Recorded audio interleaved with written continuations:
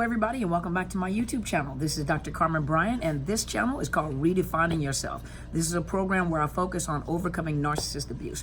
And the best way to overcome narcissist abuse, if you have gotten out of the relationship, is by getting knowledge, by filling yourself up with knowledge and getting the negative, that toxicity, the experience. You have to get it out of your system through knowledge, through understanding what has happened to you. And as you begin to understand and as you begin to focus on yourself and healing on yourself, and as I said before, the whole person concept, you know, the soul, which is dealing with your emotions, your mind, your thoughts, your feelings, and your body, taking care of your body, going back and getting healthy, going to the gym, eating right, and spiritual care. You know, those of you that, you know, all of us have different belief systems, and I have introduced you to my mentor, my coach, my spiritual leader, who is Destiny Helper. It is her channel, her YouTube channel, and I encourage you, some of you have already went and you've been listening to her videos as well. She talks about a plethora of things, and it just so happens that right now she's focused on narcissist abuse, and she's given it to you from a spiritual perspective because she is the presiding prelate of Into His Chambers Global Ministries. And she is over other ministries. She has elite people, meaning that they're church leaders and different people that she mentors and she coaches. And so her platform is not just on narcissism, but her platform is very broad. She talks about many topics. It just so happened that she right now is focused on narcissist abuse and recovering from narcissist abuse. And so, Red, I know you've asked some questions. She's on live Tuesday through Saturday, and if you go to Helen Sadler, Destiny Helper, she comes on live. You can ask her questions, you know, and I know you have some questions on the spiritual aspect, but you can ask her questions. She's usually on live between I think about 2 o'clock in the morning. And so for some of you guys, that's good timing as you move forward throughout the country, in the UK and Australia. Some of you are on your way to work, and so she's on live where you can ask her questions. Go to Helen Sadler, Destiny Helper, and subscribe to her channel. And for all of you that are new to my channel, thank you so much for joining me. If you have not already, please subscribe, hit the bell. And my name is Dr. Carmen Bryant, and it's Overcoming Narcissist Abuse. Hit the bell so you know when I upload new videos. And on Sundays, I come on live between 8 and 9 o'clock Pacific time. So that's West Coast, California side of the house. And hit the thumbs up because I post videos on both. And so lately, I've been having a delay in uploading the videos. I don't know what's happening. Maybe I need to clear my phone out a little bit. There's been a delay in uploading on Facebook and a delay on uploading on YouTube. So sometimes I try to come on early to record, but it comes up, the recording doesn't upload until like in the evening or for some in the morning.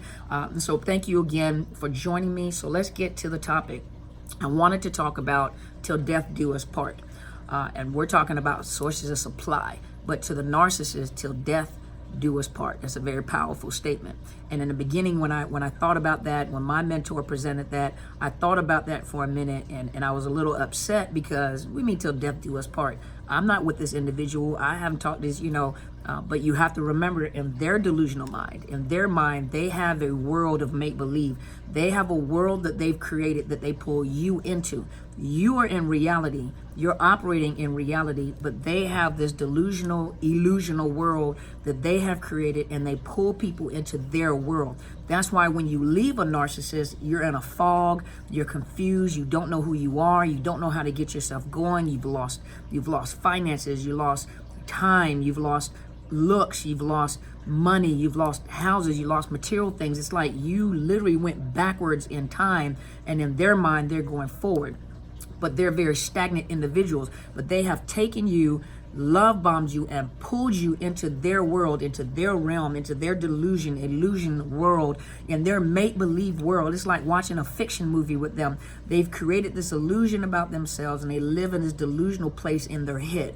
And so for them, if you've ever been a primary source, now there's different type of sources of supply. Remember, you have the primary source, you have secondary source, and you have, let me see how to pronounce it, hold on, I'm gonna pronounce it. I even had to get it, I was pronouncing it wrong. So you guys forgive me, sometimes I will jack up a word, but it's the point. Listen. Tertiary. Tertiary, there we go. So tertiary, meaning third. So you have primary, secondary, tertiary supply. And so to understand what it means till death do us part, you have to understand what roles the supplies play in this narcissist's life. So the primary source of supply is the source of supply that they have spent an excessive amount of time studying and love bombing. They've put in a lot of work pulling you to them. And even if it means they don't marry you because they love you, they don't marry you to start a family, they don't marry you because that's in your mind. You want a family, you want a husband or a wife, you want this life with this individual. So the primary source becomes like home base. Home base, have a roof over my head, there's financial support, that primary source will defend the narcissist, will make them look good. Public appearances come out. They have that family appearance. It doesn't matter, that primary source of supply is the one that supports and undergirds that narcissist. They give them that appearance of a family man or family woman, home, cars, clean, children, whatever. They give them that persona in public, and most primary sources of supply will also fight for the narcissist, will also defend the narcissist, and do whatever they have to do as they feel, which most people do that get in a relationship. It's me and you, and so me and you, I'm supporting you, I'm here, it's ride or die, and so that's what that primary, and that's what they depend on. And they work very, the narcissist works very, very hard to love bomb and pull them in. So that is where a great amount of their energy, that's why there's usually only one primary source of supply. They don't have multiple primary sources, they have one primary source of supply, and that is usually the home base. That is usually the primary, the husband, the wife, that primary source, the home base. Now from there, everything else spreads out. Then you have the secondary sources of supply. The secondary source of supply will be the chick or the dude on the side. Could be parents, children, close friends. A lot of them, end up being flying monkeys. The entourage, cousins, aunts, that is that next layer. So you have the primary source, the home base. Then on the outside layer, the next layer would be the secondary sources of supply, other lovers, to get, so when the primary source is cutting up, or the primary source is, usually what happens is, there's a discard, there's a ghosting, there's a I'm leaving the house, you've made me angry. There is an excuse to separate from the primary source while they're reeling in, or they're out with these other secondary sources of supply. Now, if they're with a second, or if they're looking for a secondary source supply to get into that entourage, usually there's more than one secondary source supply. Primary source is normally one primary source, and then secondary source could be a whole lot of secondary sources. That's why a lot of you say that, he had a whole lot of women, or she had a whole lot of men, or vice versa. He had a whole lot of men, she had a whole lot of women, but they have multiple sources of secondary supply. The parents become secondary source supply, sisters and brothers, aunts and uncles, cousins, they're all secondary sources of supply. And whenever something happens where the primary source, and could be in the home and get discarded or ghosted or given the silent treatment, whenever you're discarded, devalued, or ghosted, usually what's happening is they're working on secondary sources of supply. Remember, they're not, and I said the word wrong the other day because I was in a hurry to say it. It's not omnipotent, it's omnipotent. There we go. So forgive me, y'all. But they're not omnipotent, they're not omnipresent, they're not everywhere at one time. They're one individual, and they're playing the field of a whole lot of people. That takes a whole lot of energy and a whole lot of focus. And so when they're trying to groom a new supply, a new secondary source supply, to bring them into the fold, to bring them into the harem of the secondary, it requires energy to get them there. Now, what happens is that every secondary source supply, when it's another man, another woman, every secondary source of supply is potential for primary, because even in the primary source, and it could be great primary source, but remember, they grow bored very, very quickly. So once they've locked in that primary source, and there's no longer a chase, there's no longer a need. I've got you locked in. I've got you locked in financially. I've got you locked in with kids. I know you're not going anywhere. They grow bored. And so they go out, start looking for secondary source supply. And they always make sure that trauma bonding, they always make sure, if you complain, you don't spend enough time. You complain that, you act like you don't love me. You can't, And this is a constant thing. And so what they'll do is, excuse me, you guys, I was eating. But what happens is they'll throw you tidbits. They throw you little, little nuggets. Okay, I'll take you to the movies. Okay, I'll take you out to eat. Or okay, I'll pay you some attention. Or, as long as you're doing, and that primary source is the one that gives them the most admiration, gives them, hold on, let me look. Right here, I had another site, The Narcissist Life, and was giving some examples of fuel, that adulation, compliments, admiration, subservience, attention, being feared. They want to be reverenced. They want to be feared. They want the attention. They get the attention, the approval, the affirmation, the respect, the applause, the celebrity status, the money, media notice, sexual conquest. So that primary source provides a whole lot of fuel to that individual. Sex whenever they want sex. They can get it from the primary source supply. Money if they need money. A lot of times they get money from that primary source in order to hoover or love bomb or go and groom a new source supply. So they'll use the primary source of supplies money to pull in new people into the fold. And so the primary source is being used to help the narcissist pull in new sources of supply at their expense. The house, the cars, the status. It all is not for the purpose of the narcissist. Of course, it makes the narcissist look, especially if they're somatic, it makes them look wealthy, makes them look, astute, whatever. But really, it's also another game of look what I have to pull in new sources of supply. So the primary source plays two roles. Not only is it the primary source, but also helps pull in other people. I remember one narcissist saying, "My ring is not a female repellent. My ring, my wedding band is actually a female puller, or it pulls females in." He said, "There are more women that are interested in me because I'm wearing a wedding band than if I was not wearing a wedding band." And so they knew how to use that, and they knew how to look for people that women that kind of had no standards, put it that way. They don't have no standard, they don't care. They didn't mind crossing boundaries. So that's what they'll hone in on. So you got to be careful, okay? You got to have standards, you got to have boundaries. So let's look. So now the secondary sources of supply, and this is also Christine, Narcissistic Behavior. She wrote a book, her name is hold on, let me find it. When Shame Begets Shame. This is Christine. I can't read her last name. Hold on, give me a second, you guys. I can't read her name. It's kind of small on here. But the book is When Shame Begets Shame. Is narcissisticbehavior.net. And so the secondary source, let's see. So here it says the term primary supply applies to all those that are almost always intimate partners. They provide the narcissist with attention they crave on a casual and random basis. And so that is on a consistent basis. They come home, love you, they're cooking for them, in their mind, in the primary source supply. This is just something that I do for him or her. To the narcissist, you're feeding me fuel. You're feeding me fuel. You're paying attention to me. You're doing for me. You're washing my clothes. You're doing this. You're paying the bills. You're doing this. So that is how they think. So let's move down to secondary source supply. Secondary source supply pertains to those people that are in the constant presence of the narcissist's life.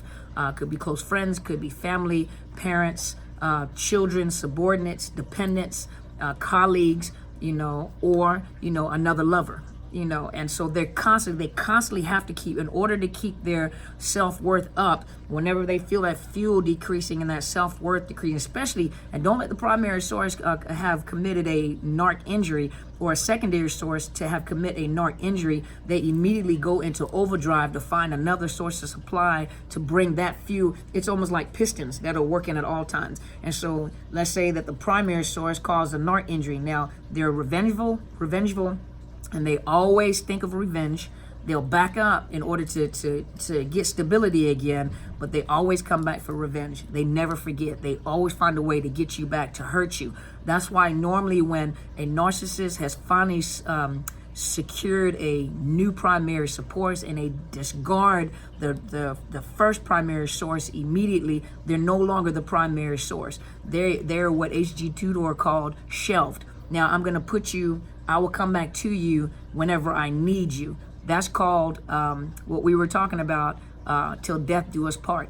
The primary source in a narcissist's mind will always serve a purpose. You will always be there because I chose you. And so from that point forward, because I chose you and I invested that amount of time, you will be used at a later time. Meaning they can come back 10, 15 years later, and your whole purpose may be to make the new primary source jealous because they get negative fuel and positive fuel. You may, but that's negative fuel. And so they receive that negative fuel, or the fact that you try even harder not to talk to them, negative fuel, but then it causes the primary supply to work harder to gain, so you will always serve a purpose in their mind. You will always serve a purpose, whether you are voluntarily participating or not.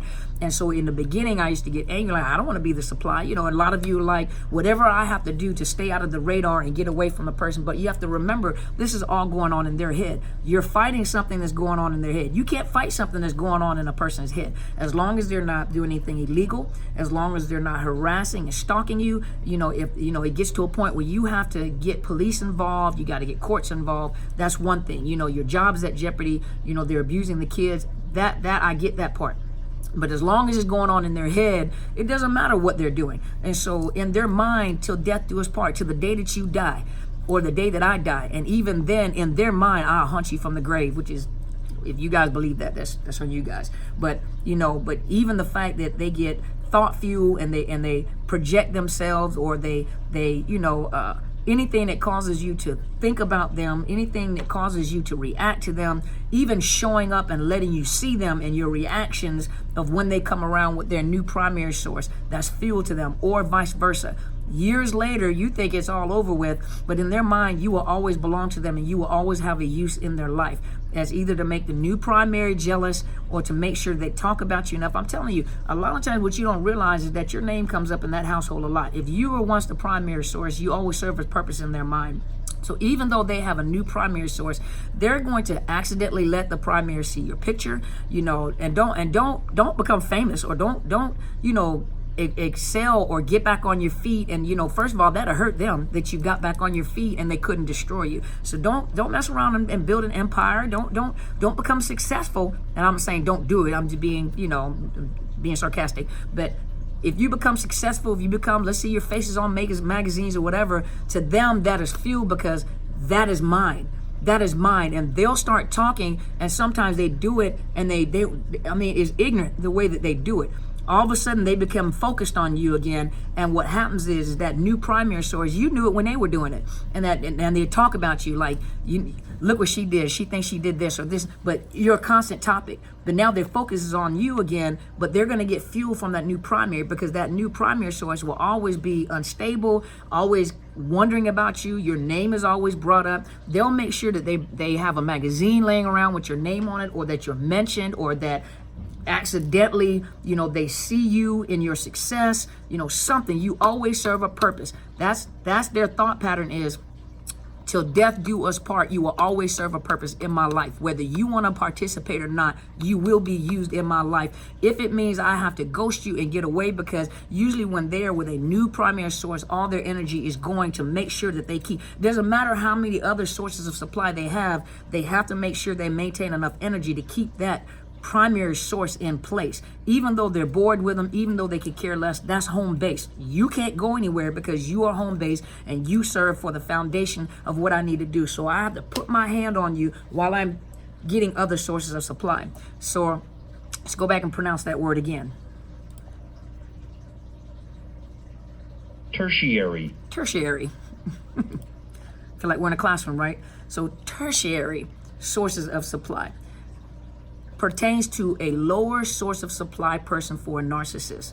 Most often they are perfect strangers. So they get fuel from people, let's say that you are a nuclear physicist and your father is a narcissist, and the way that they get fuel is just by speaking to perfect strangers, like on Facebook, just talking to people on Facebook. Look what my son or my daughter did. My son or daughter is this and this and this. And so you have these random people like, oh my gosh, that is so exciting. I know you must be such a proud father, and you must, or a mother, and oh my gosh, look what my child has done and everything. And they get that fuel. That is tertiary supply, or third supply, which is they don't have a personal relationship. It's just that other fuel that they get from other people.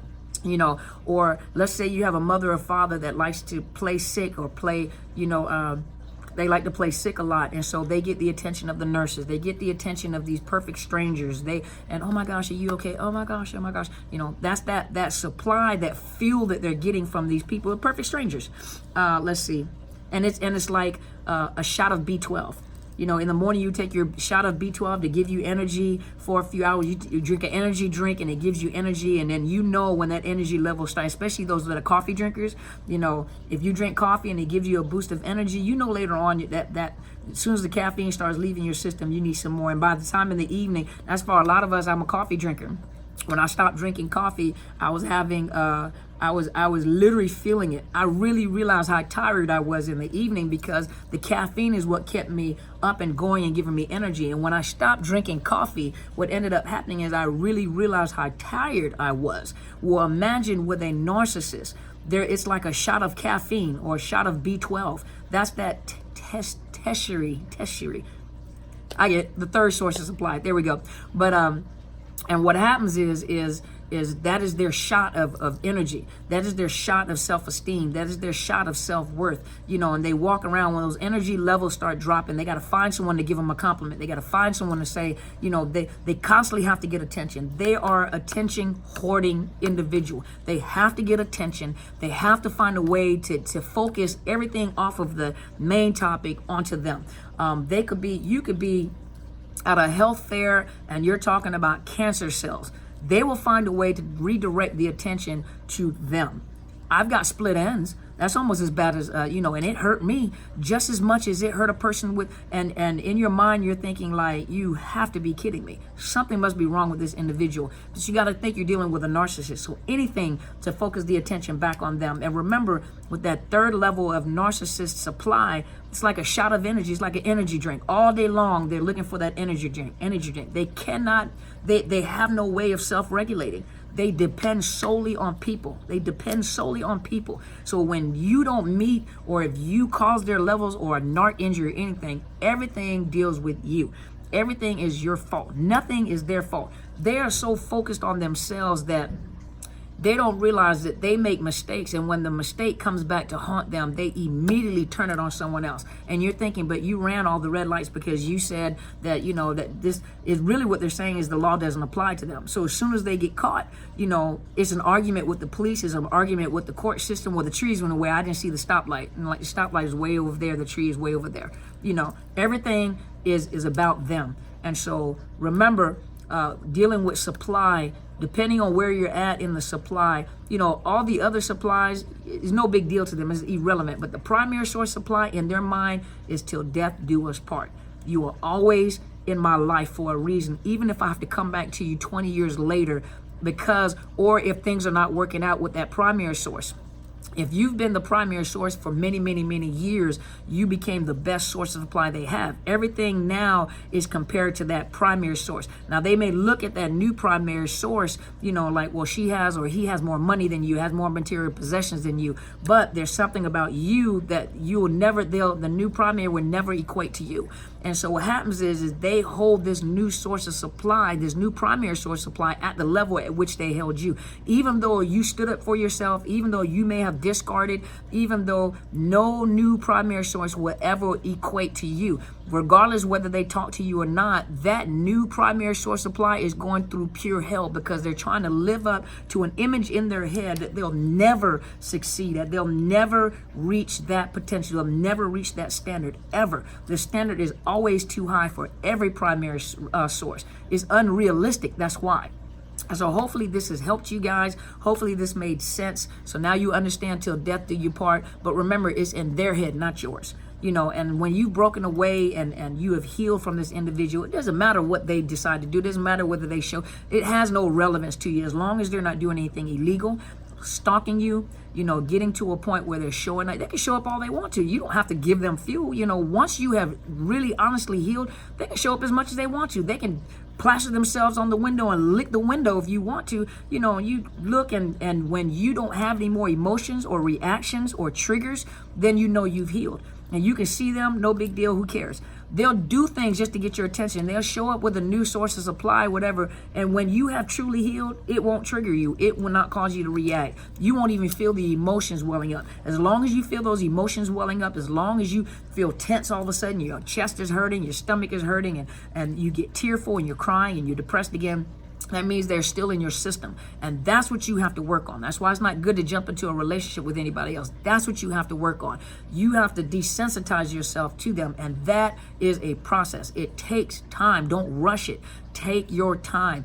Get into good counseling. Get a good coach. Work on yourself. Find other things, all those things that you think that you lost, all those things that it seemed like the doors closed when you were with this narcissist, because things have happened that has caused you to be delayed. So now that you're no longer with this narcissist, focus on your future. Focus on your potential. Focus on picking up the pieces and starting all over again. And this time it'll be greater than the first time. Just listen to me. The first time, they may have ruined a lot of things for you and doors have been closed. But the second time around, keep yourself focused on yourself. Build your kingdom. Build, and when I say kingdom, your empire, your business, build yourself back up. Write books. I think I had someone ask, about when to write a book. My recommendation to you is this. You may still be hurting, and yes, you struggle with, am I writing it for revenge or am I writing it to help people? Write it. Write down all your thoughts and then walk away from it. Write down everything you want to write and then walk away from it. Then go back and read it and you'll see that it may be filled with a lot of emotions. Ask yourself a question. If I give this book out to someone, will it hurt them or will it help them recover? Will it hurt them or help them recover? Will I take them to a place in their mind where they're hurting all over again? Or will I take them to a place where they can say, I've been through that and this is how I recovered? You have to look at it from a recovery aspect. This is what happened to me and this is how I got, because there are many people even here on this YouTube channel that don't understand, how can I get beyond this? Is it possible? Is it possible? And if you're going to write a book, you have to write a book from a place of healing. When you first start, you might start the book from a place of hurt. When you put it down and don't come to it for a while. And years ago, that's what I did. I wrote the book, then I had to put it down for years. I came back to it again, and then I took out everything that was, the pain, the emotions with it, and then I just focused on the facts. Let me tell you the stories that I know. Let me bring you some advice. Let me give you some encouragement. Because if you're not in that place, you're going to hurt more people than you're going to help. And you think that you're just telling your story. No, you're bleeding out all over the pages. And when you're bleeding out all over the pages, you become a beacon. You become a magnet for narcissists because they're reading your book and they're reading about you. So you become a magnet. And when your book goes out, your book goes international, global. It can be in all sorts of different languages. You have just put yourself out there and you have put your whole heart out there. That's what you're trying to avoid. You put your whole heart out there, you become a narc magnet. A narcissistic magnet. So when you write a book, write it from a place of healing. When you first do it, when you first write it like you're journaling and write down everything, because you're going to have to go through those emotions that you may have to look back at the emotions that you've been through. And sometimes for a lot of people, most of the time for a lot of people, when they have to look at what they survived, it makes you stronger. Like, I actually went through this. I actually survived this. Now what is yours? What are you going to say to other people to help them? Are you going to bring them back into that world where they're hurt all over again? Or are you going to bring them encouragement? So think about that when you write a book. Most of you guys got books in you. You need to write the books. But remember, you got to do it, write it, walk away from it, come back and look at it. Will it help or will it hurt? And then rewrite it. You can take that same book, rewrite it, and then write it from a place of healing. If you still feel revengeful when you're writing, I'm going to make sure I write this now. That's not the time to publish a book because you can get sued too. Okay, so hopefully you guys have enjoyed this video. Leave your comments. Let me know what you think. Thank you so much. I did get some requests. I'm writing them down. Thank you guys so much for joining me. If you have not already, please subscribe. Dr. Carmen Bryant, Overcoming Narcissist Abuse. That's on YouTube. Hit the bell so you know whenever I upload a new video. Join me on Sundays from 8 to 9 o'clock Pacific Standard Time, which is West Coast. And join me for live question and answers. I usually come on there so you guys can ask me whatever question you want to, and for support and for encouragement. Thank you guys. Also, I have a Facebook page, Facebook page, which is Psychological Health Consultants and Services. You can hit the like button, and I post the videos on both. Forgive me, sometimes it is delayed. I don't know, maybe it's just too much or too many people on at one time. But I do post Tuesday through Friday, and then I come on live on Sundays. Thank you so much for joining me. Thank you guys for your support, and thank you for all the emails and the comments. You guys have a great day. Enjoy your week, and go be great.